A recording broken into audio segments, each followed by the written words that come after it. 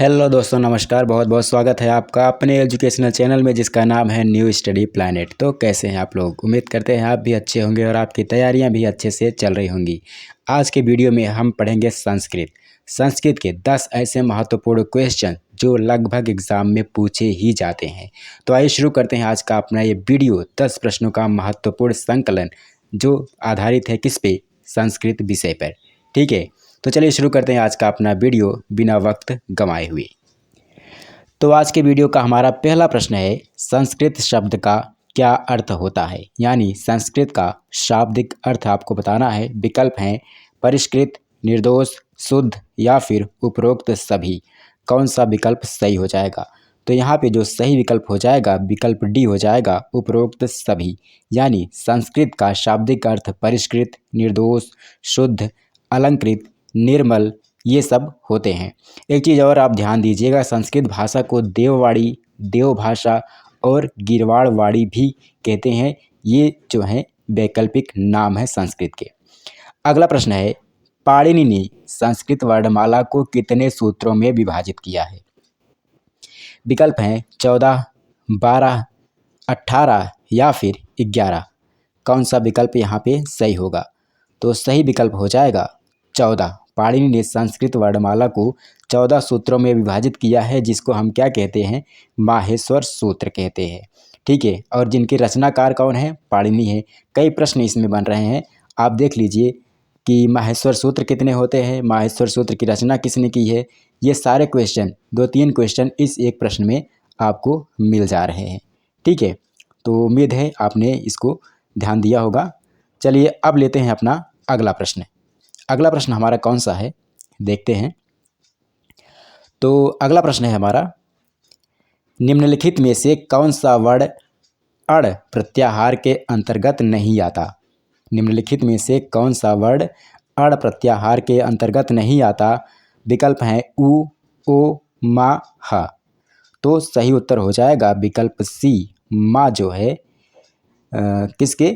अण प्रत्याहार के अंतर्गत नहीं आता है। अण प्रत्याहार के अंतर्गत कौन कौन आते हैं? आ आता है, ई, उ, री, ड्री, ए, ओ, औ, हा, या, रा, ला। ये सब किसके अंतर्गत आते हैं? अण प्रत्याहार के अंतर्गत आते हैं। तो चारों विकल्पों में मा जो है अण प्रत्याहार के अंतर्गत नहीं आ रहा है, तो हमारा जो सही विकल्प हो जाएगा विकल्प सी हो जाएगा। ठीक है ना।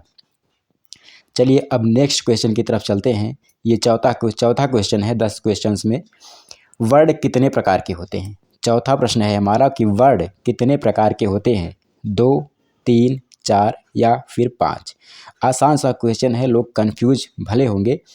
तो यहाँ पे जो सही उत्तर हो जाएगा विकल्प ए हो जाएगा, 2 हो जाएगा। वो 2 प्रकार कौन कौन से हैं वर्ण के? तो वो 2 प्रकार हैं स्वर और व्यंजन। ठीक है ना। और स्वर भी 3 प्रकार के होते हैं, ह्रस्व स्वर, दीर्घ स्वर और प्लुत स्वर।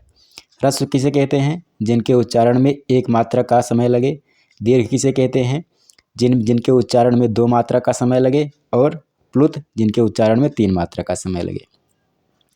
अगला प्रश्न है प्रश्न 5 हमारा, प्रयत्न के कितने भेद होते हैं? 2 भेद होते हैं, 3 भेद होते हैं, 4 भेद होते हैं या फिर 5 भेद होते हैं? कितने भेद होते हैं? तो सही उत्तर हो जाएगा यहाँ पे विकल्प ए हमारा सही हो जाएगा। 2 भेद होते हैं किसके? प्रयत्न के। कौन कौन से वे 2 भेद हैं? आभ्यंतर और बाह्य। ठीक है, बाह्य जो प्रयत्न होते हैं इसके भी 11 भेद होते हैं। कौन कौन से? विवार, संवार, श्वास, नाद, दो घोष, अघोष, अल्पप्राण, महाप्राण, उदात्त, अनुदात्त और स्वरित। ये किसके भेद हैं? बाह्य प्रयत्न के। ठीक है, अब अगले प्रश्न पर चलते हैं। जिन वर्णों के उच्चारण में प्राणवायु का अधिक उपयोग होता है वे कौन से हैं? जिन वर्णों के उच्चारण में प्राणवायु का अधिक उपयोग होता है वे हैं अल्पप्राण, महाप्राण, आदेश वर्ण या फिर उपधा वर्ण। तो सही उत्तर हो जाएगा महाप्राण। और अल्पप्राण क्या होते हैं? जिनके उच्चारण में प्राणवायु का कम उपयोग होता है। ठीक है, प्रत्येक वर्ग का दूसरा, चौथा और समस्त ऊष्म वर्ण महाप्राण कहलाते हैं। और प्रत्येक वर्ग का पहला, तीसरा और 5वां वर्ण अल्प प्राण कहलाते हैं। इस चीज़ को आपको ध्यान में रखना है। ठीक है, अल्प प्राण समझ में आ गया, महाप्राण समझ में आ गया। ठीक है, अब यहाँ पे चलते हैं अगले प्रश्न की ओर। हमारा अगला प्रश्न है, 7वां प्रश्न है, यत प्रत्यय के कितने रूप होते हैं? यत प्रत्यय के कितने रूप होते हैं? विकल्प हैं 2, 3, 4 या फिर आखिरी विकल्प है 5। तो सही उत्तर हो जाएगा यहाँ पे विकल्प बी, 3 रूप होते हैं। वो 3 रूप कौन है? यत, ण्यत और क्यप। ठीक है, ये किसके? यत प्रत्यय के रूप होते हैं। तीनों रूप होते हैं, आप इसको ध्यान में रखिएगा। ठीक है दोस्तों, अगर आपको ये वीडियो अच्छा लग रहा हो तो वीडियो को लाइक कीजिए, शेयर कीजिए और कमेंट कीजिए। और अगर चैनल पर नए हैं तो चैनल को सब्सक्राइब जरूर कर ले, ताकि आने वाले वीडियोज़ के नोटिफिकेशन आप तक सबसे पहले पहुँच सके। अगला प्रश्न है, ते में कौन सी विभक्ति है? ते में कौन सी विभक्ति है? द्वितीय एकवचन, चतुर्थी एकवचन, षष्ठी द्विवचन या फिर सप्तमी बहुवचन। तो कौन सा उत्तर यहाँ पे सही हो जाएगा? यहाँ पे जो सही उत्तर हो जाएगा हमारा विकल्प बी हो जाएगा, चतुर्थी एकवचन। ठीक है, अब चलते हैं 9वें प्रश्न की ओर। हमारा 9वां प्रश्न है, प्रासंगिक प्रत्याहार की संख्या कितनी होती है? प्रासंगिक प्रत्याहार की संख्या कितनी होती है? 41, 42, 43 या फिर 44। तो सही उत्तर कौन सा हो जाएगा? सही उत्तर हो जाएगा 43, विकल्प सी, यानी 43। ठीक है ना।